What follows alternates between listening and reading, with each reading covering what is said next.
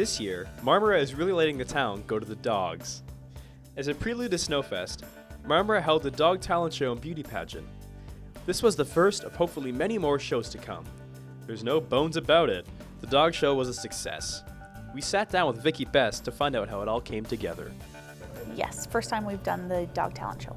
We as a collective board, we were just brainstorming because we really want Marmora to become known as the center for dog activities.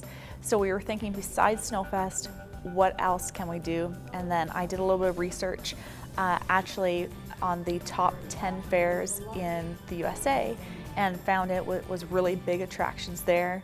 To kind of brainstorm that, and they do a dog talent show and beauty pageant. That seemed to be a main theme throughout those main fairs, so we decided to give it a shot here. The dog show was a success.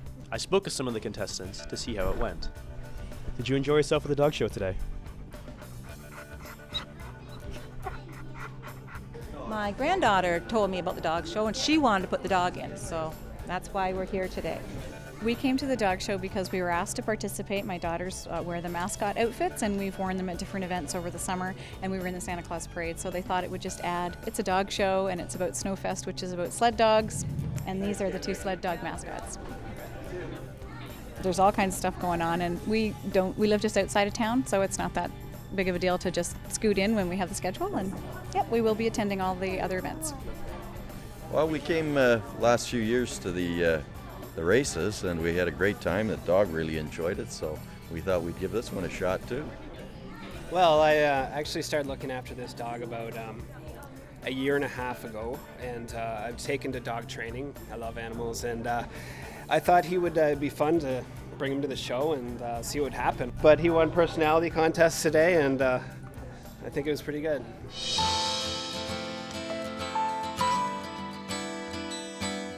Since the mining industry in Marmora had crashed, the business community was struggling to bring tourists to its quiet town. I spoke to Richard Lowry to find out how they solved this problem. But really, what I've come to realize is that as many towns in Ontario are struggling with their own identity, that's true of Marmora. It was a venture that was started by the business community here as a way to make some kind of compensation for the mining industry, which had been here very powerfully for many years and had gradually petered out, and it died a kind of painful death. So the business community were trying to figure out something else that might be attractive to bring visitors here, and they thought about a series of races for sled dogs. So that's how the whole thing got started. With the event attracting more people, Marmora had to find a way to keep the sled dog races going. That's when the business community stepped up.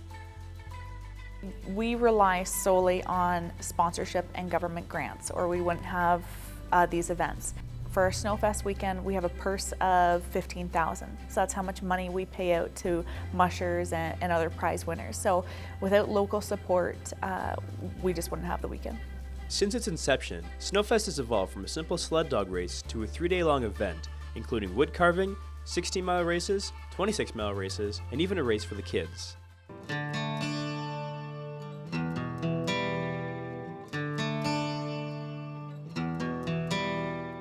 I've been organizing SnoFest for 10 years now. SnoFest is something that I think gives a sense of pride to the community of Marmora. When we started out, it really was centered on races. But with the kinds of changes that we've had in weather in Ontario, you can't count on ideal conditions. So we thought we needed to try to do some things to really enrich the content and to offer options. And of course, there are some people who love races for sled dogs and some people who really aren't interested.